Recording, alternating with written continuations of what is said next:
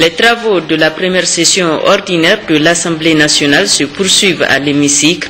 À la séance plénière de ce jeudi, les députés ont procédé à l'adoption du projet de loi déterminant les principes fondamentaux de l'enseignement et de la formation professionnelle.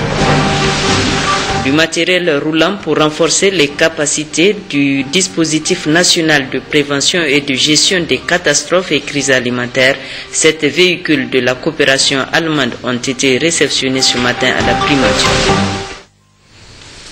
Messieurs, Mesdames, bonsoir. Retenez tout d'abord que le président de la République, chef de l'État, Issoufou Mahamadou, est nominé prix Chatham House 2015 pour sa contribution à la stabilité de l'Afrique de l'Ouest et son leadership sur la réduction de la pauvreté. Il est retenu pour son travail avec les pays voisins de la CEDEAO dans le renforcement de la solidarité régionale, sa coopération avec les partenaires internationaux dans la lutte contre les crises de sécurité, son engagement dans la lutte contre l'insécurité alimentaire à travers l'initiative 3N, entre autres. Nous y reviendrons plus en détail dans nos prochaines éditions.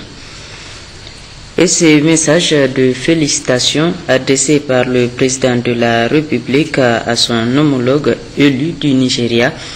Le message est ainsi libellé: Monsieur le Président et chers frères, le 31 mars 2015, la Commission électorale de la République fédérale du Nigeria a proclamé les résultats de l'élection présidentielle qui vient de se dérouler dans votre pays, en confirmant à travers votre victoire votre accession à la magistrature suprême. La tenue de cette élection constitue un grand moment pour le Niger qui se réjouit de sa bonne organisation et pour laquelle je tiens à vous présenter mes vives félicitations ainsi que celles de l'ensemble du peuple nigérien au peuple frère du Nigeria qui, de par cette alternance pacifique, atteste de sa grande maturité politique. Le succès de cette élection pour laquelle votre peuple s'est résolument investi, en dépit des défis multiformes qui se posaient à lui, est une réussite méritée de l'ensemble de la sous-région où, à travers des efforts communs, nous œuvrons ensemble pour le raffermissement du cadre démocratique républicain. En vous réaffirmant ma volonté de renforcer davantage les liens spéciaux de coopération, de fraternité et de bon voisinage existants entre nos deux pays et nos deux peuples frères, je vous prie d'agréer, Monsieur le Président et chers frères, l'assurance de ma très haute considération. Message de félicitations adressé à son Excellence Mahamadou Buhari, président élu de la République fédérale du Nigeria. Un autre message de félicitations adressé cette fois-ci au président sortant du Nigeria. Le message est ainsi libéré. Monsieur le Président et chers frères, je tiens à vous présenter mes félicitations pour la parfaite organisation de l'élection présidentielle qui vient de se dérouler dans votre pays, qui atteste de la grande maturité politique de votre peuple et de votre engagement personnel dans le raffermissement du cadre démocratique et républicain. Votre sens de leadership et vos initiatives avisées ont permis de garantir le succès de cette élection dont le grand peuple du Nigeria, qui fait face à de nombreux défis, pourra à juste titre s'enorgueillir. Cette alternance pacifique est aussi le fruit de votre volonté de garantir la paix et la quiétude dans votre pays, attitude éloquemment illustrée par le fair play dont vous avez fait montre tout au long du processus. Incontestablement, l'élection présidentielle et l'alternance pacifique qui en a découlé grâce à vos efforts personnels constituent un succès pour l'ensemble de notre sous-région. Je vous prie d'agréer, Monsieur le Président et chers frères, l'assurance de ma très haute considération. Message adressé Excellence Goodluck Jonathan, président sortant du Nigeria. À l'Assemblée nationale, les députés ont adopté ce jour à la séance plénière le projet de loi déterminant les principes fondamentaux de l'enseignement et la formation professionnelle et technique. Les travaux ont été présidés par le premier vice-président de l'Assemblée nationale, Daouda Mamadou Marti. Issoufou Samaïla, Kadija Hassan.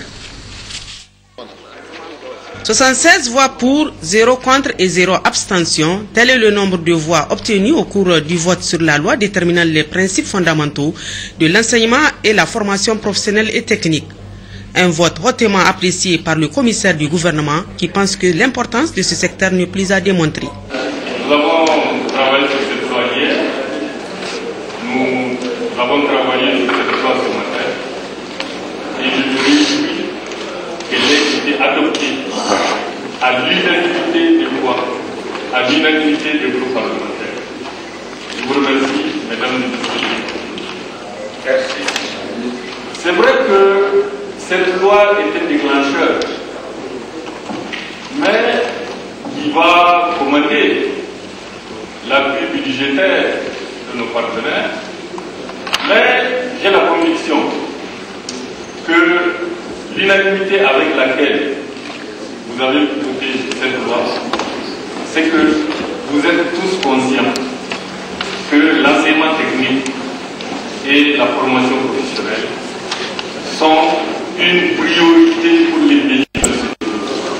Le président de la République, son Excellence Issou Mahamadou, dans le programme de Renaissance, a dit de porter de 8 à 25% en 2016 les effectifs de l'enseignement technique et de la formation professionnelle à 25% par rapport aux effectifs de l'enseignement de base.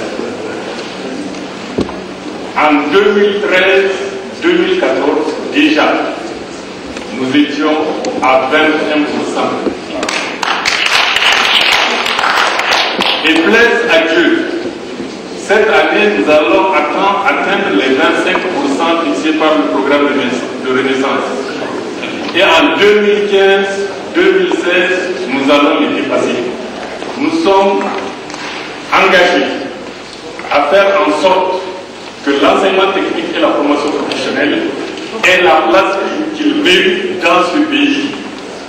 Nous avons commencé, nous allons continuer et Inch'Allah, nous allons atteindre cet objectif-là de faire en sorte que l'enseignement technique prenne la place prépondérante dans le système éducatif de notre pays. Il faut souligner qu'auparavant, le ministre Cheikh Boudoin Inna a été salué par les parlementaires compte tenu des efforts inlassables fournis depuis qu'il est à la tête de ce ministère. Un ministère qui lutte contre la pauvreté et le chômage des jeunes. Il œuvre aussi pour le développement économique du pays. Un autre projet de loi portant code de procédure civile fait présentement l'objet de discussions à l'Assemblée nationale et qui durera 10 jours.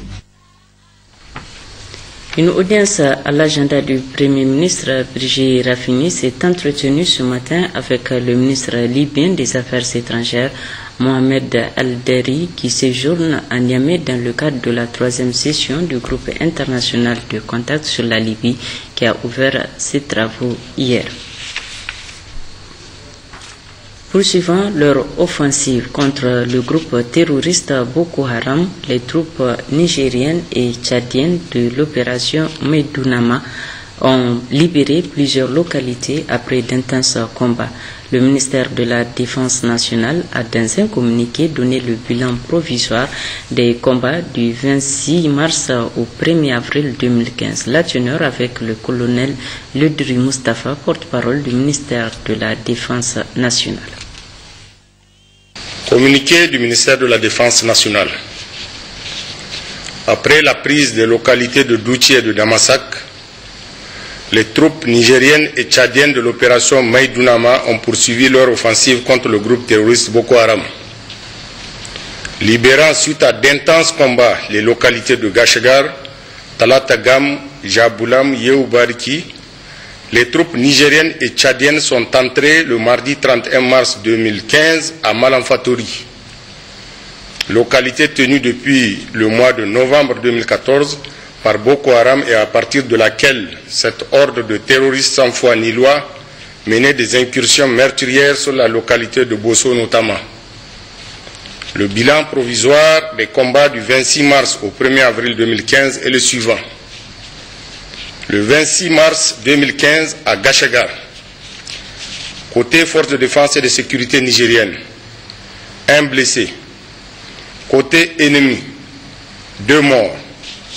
Le 28 mars 2015 à Talatagam, Côté forces de défense et de sécurité nigériennes, 3 blessés. Côté ennemi, 60 morts, 3 véhicules détruits, dont un blindé, un véhicule récupéré ainsi qu'une importante quantité d'armes et de munitions.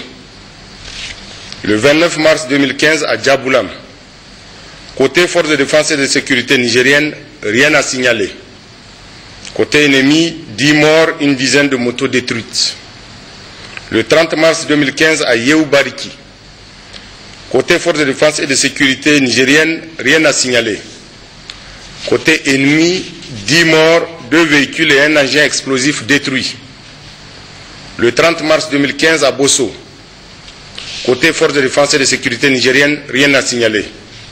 Côté ennemi, 47 morts, 4 véhicules Toyota, un engin blindé, plusieurs motos ainsi qu'un mortier de 82 mm détruit. Un mortier de 82 mm et une importante quantité d'armes et de munitions récupérées. Le 31 mars 2015 à Malam Fatori, côté forces de défense et de sécurité nigérienne, rien à signaler. Côté ennemi, 10 morts. Le 1er avril 2015 à Malam Fatori, côté forces de défense et de sécurité, 1 mort et 2 blessés.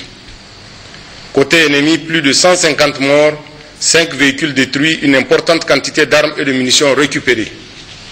Des opérations de ratissage sont en cours pour neutraliser les terroristes en fuite. En cette circonstance, le ministre de la Défense nationale, au nom de son Excellence le Président de la République, chef suprême des armées, du gouvernement et du peuple nigérien, présente ses condoléances les plus émues à la famille du disparu et à l'ensemble des forces de défense et de sécurité.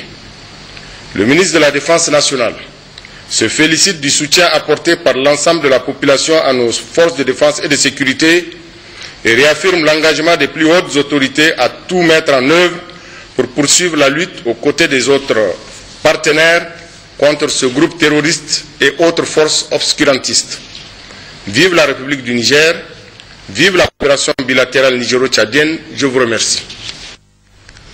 L'ensemble des installations de la climatisation centrale du ministère des Affaires étrangères a été entièrement rénové avec l'appui des partenaires. Les travaux ont été réceptionnés ce matin par la ministre des Affaires étrangères, Mme Kane Aïchatou Boulama, Mariama Dakou, Abdoulaye Ali.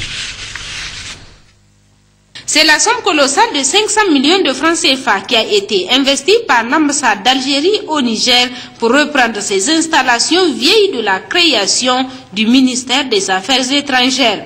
Cette œuvre de la République algérienne ayant consisté à réaménager l'ensemble de la chaîne produisant la climatisation au niveau de ces bâtiments vise donc à mettre le personnel de ce ministère dans les conditions les meilleures de travail, gage d'un bon rendement. Je crois qu'en leur offrant de meilleures conditions de travail, et cela va leur rappeler d'abord que nos deux pays, c'est grâce aux bonnes relations de nos deux pays que cette installation existe. Et ensuite, ça va leur permettre de travailler encore plus. Nous souhaitons vraiment à tous les fonctionnaires du ministère des Affaires étrangères de profiter de ces conditions de travail pour travailler encore plus et pour répondre aux vœux de nos deux dirigeants qui se sont rencontrés récemment à Alger et qui ont décidé de donner une dynamique, une impulsion exceptionnelle à nos relations bilatérales. Ce geste qui viendra raffermir davantage les liens de coopération entre Alger et Niamey, conformément à l'engagement des présidents Issoufou Mamadou et Abdelaziz Bouteflika, a été reconnu à sa juste valeur par la ministre des Affaires étrangères, Mme Kane Aïchatou Boulama. Elle a tenu à cet effet à témoigner la gratitude des autorités nigériennes à l'ambassade algérienne. Ceux qui connaissent le ministère des Affaires étrangères à ses débuts, au moment de sa construction, ils se rappellent que dès le départ, ce ministère a été doté d'une climatisation centrale qui, au fil du temps, a été réellement défectueuse. Là, nous avons une installation, je dirais, unique au Niger, grâce à la coopération avec l'Algérie. Donc, vraiment, c'est l'occasion de vous remercier très chaleureusement, de louer la coopération entre le Niger et l'Algérie. Chaque fois que nous avons eu besoin de nos amis algériens, ils sont prompts à satisfaire notre demande. Je rappelle encore une fois que c'était l'Algérie est le premier pays à réagir suite à l'appel de Bosso. Concernant l'urgence humanitaire que nous avons déclarée à Difa. Donc vraiment, merci. Nous espérons que cette collaboration, ce partenariat, cette coopération va de plus en plus s'amplifier. Nous savons qu'à tout moment, nous pouvons compter sur nos amis, sur nos frères algériens. On vous remercie vraiment pour cette belle réalisation. Merci beaucoup. Merci, madame. Pour permettre à ce matériel de plus résister aux fréquentes coupures d'électricité pendant la période de chaleur et de là aider le personnel à surmonter les délestages, l'octroi d'un groupe électrogène de 600 kVA a été annoncé par l'ambassade algérienne. Fin à l'intérieur du pays de la mission de la ministre déléguée au plan, à l'aménagement du territoire et au développement communautaire, Madame Ibrahima Bintafodi et le directeur général de CARE International Niger ont co-animé une conférence de presse au cours de laquelle ils ont hautement apprécié les réalisations de CARE Niger sur le terrain. D'autres précisions avec Kassou Moutari et Loli Haruna. À travers les réalisations visitées, il est aisé de constater que les différents programmes de CARE s'articulent et s'intègrent pour le bien-être des populations. Nous avons par exemple eu le privilège de visiter des interventions autour des questions de leadership des femmes et des filles.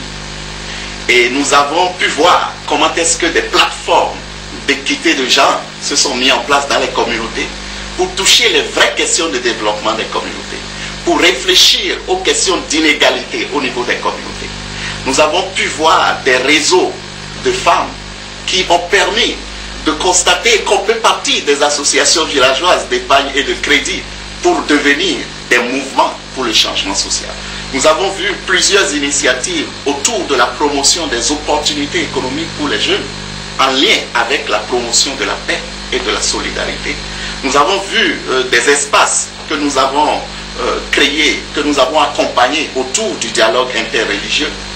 Et lorsque je cite ces différents aspects, vous voyez le lien déjà qui existe entre les aspects stratégiques retenus par le gouvernement du Niger et les interventions de CARE en général. Et nous avons constaté que CARE International est en train de faire beaucoup de choses qui rentrent dans le cadre de la promotion du développement économique et social de notre pays, qui cadre parfaitement avec le plan de développement économique et social de notre pays en ses axes 2, qui est la création des conditions d'un développement durable et équilibré, axe 3, la recherche de la sécurité alimentaire, et axe 5, la promotion du développement social. Particulièrement dans le département de Tanout et les communes de Walelewa et de Falanko, des actions dans le domaine de l'autonomisation des femmes à travers les activités d'allègement des tâches, la sensibilisation des acteurs par rapport à l'allègement des tâches. Et dans son nouveau programme aussi, CARE compte créer des activités dans le cadre de la stabilisation des jeunes.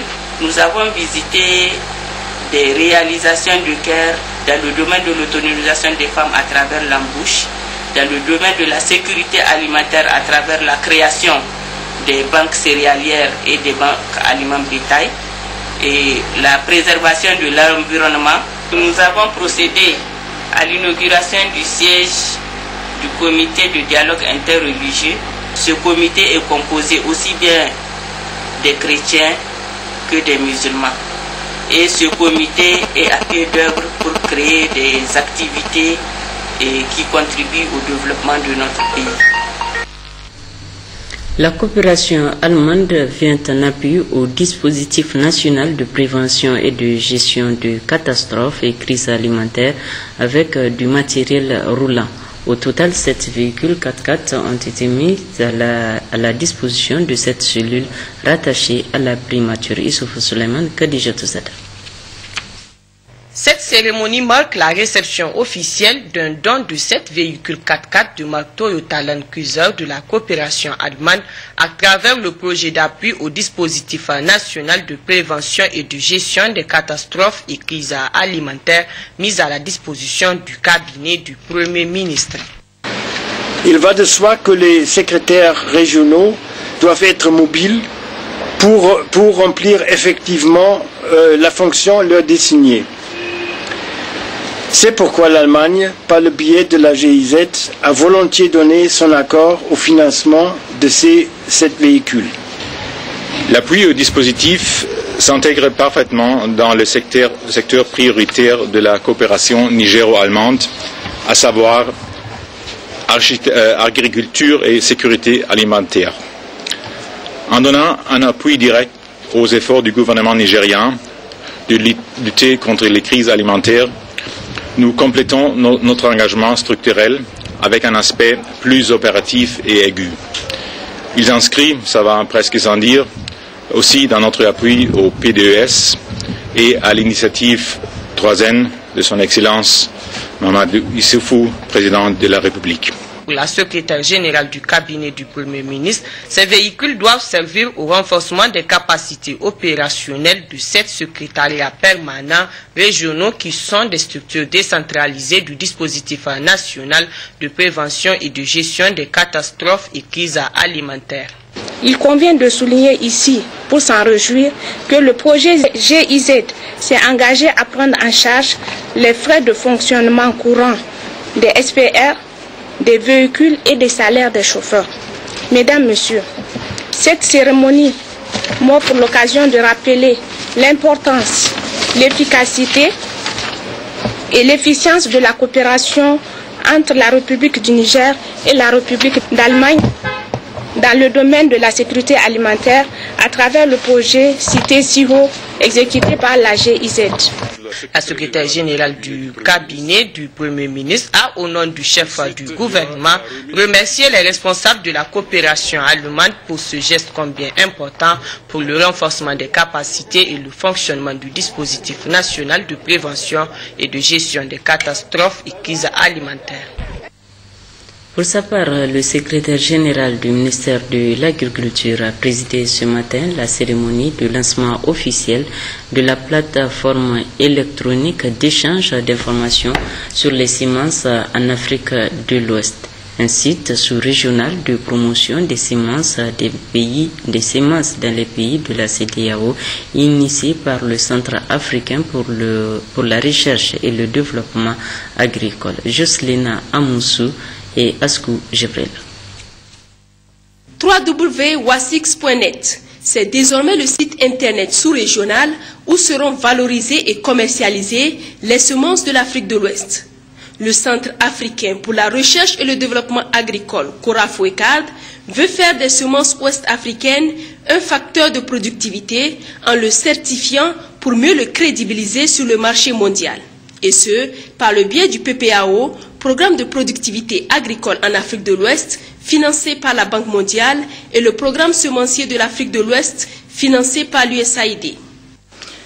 Le PPAO, dont l'objectif de développement est de générer et diffuser des technologies éprouvées, dont les semences de qualité, des variétés améliorées, doit en conséquence se réjouir de l'aboutissement de cette initiative, qui va profiter à tous les acteurs, notamment les producteurs de semences qui pourront exposer leur production disponible à un large public potentiel, les utilisateurs ou acquéreurs des semences qui peuvent juste se connecter pour soit exprimer un besoin spécifique, soit chercher dans la plateforme les semences requises. Les utilisateurs finaux, je veux dire les agriculteurs, qui ont plus de chances de disposer de semences de qualité pour l'ensemencement de leurs champs. Un site opérationnel au Niger avec ce lancement officiel qui fait du Niger le premier pays choisi par le Centre africain pour la recherche et le développement agricole, CORAF-WECAD, branche technique de la CEDEAO. Le choix du Niger d'abriter le premier lancement de la plateforme Wasix.net n'est pas un fait de hasard.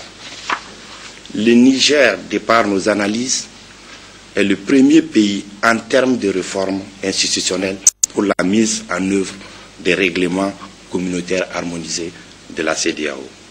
Autrement dit, vous êtes le meilleur élève de la CEDEAO en matière de réforme sémencière.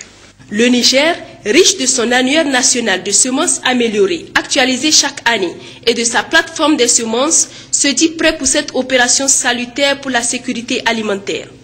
C'est pourquoi nous saluons l'initiative du CORAF de mettre en place cette plateforme électronique des semences appelée WASIX, qui sera un système profitable aussi bien pour les acteurs privés, producteurs, distributeurs, utilisateurs, qui pourront s'informer et faire des transactions commerciales, mais également un outil d'aide à la décision publique.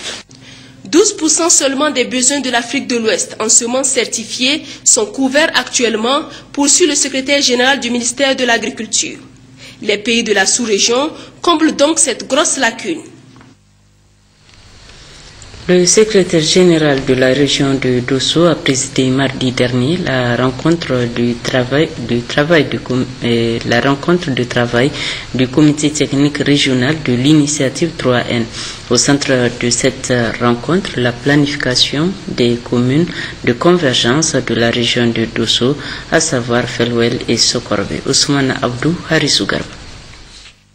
Cette rencontre qui a vu la participation de tous les directeurs régionaux, les responsables des projets ONG et associations, les représentants des conseils régionaux, organisée par la coordination de l'initiative 3N de Dosso, a pour objectif de finaliser l'élaboration du plan d'action 2015-2016 des communes de convergence de Sokorbe et Falwal dans la région de Dosso.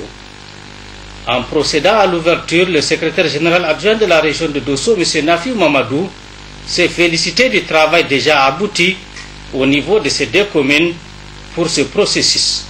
Il a demandé aux participants de s'impliquer chacun dans sa sphère de compétences afin d'enrichir, d'analyser et d'amender les plans d'action de ces deux communes de convergence, à savoir Falwal et Sokorbe. Pour savoir plus sur ce processus, suivant les explications du coordinateur initiative 3N de Dosso. Cet exercice a déjà démarré depuis un certain temps, d'abord ici au niveau de la région de Dosso, avec les communautés et les directeurs, tous les directeurs régionaux pour les diagnostics. Après, on s'est transporté à Sokorbe pour faire l'analyse avec les communautés, donc les éleveurs, les agriculteurs et l'ensemble des leaders des OP et les directeurs, tous les directeurs techniques, donc départementaux de Loga, tous les représentants des communes, donc les élus locaux, les élus municipaux et les maires. Au finish, nous avons pu élaborer un plan d'action pour 2 ans, 2015-2016, pour les communes de convergence. Maintenant, le travail étant fini au niveau de Loga, donc on s'est transporté au niveau régional pour maintenant l'enrichissement de ce document. En effet, des partenaires doivent appuyer cette initiative de convergence. D'ores et déjà dans la région de Dosso, les plans d'action de plus de 5 milliards de francs CFA sont disponibles pour chacune de ces deux communes, Falwal et Sokorbe.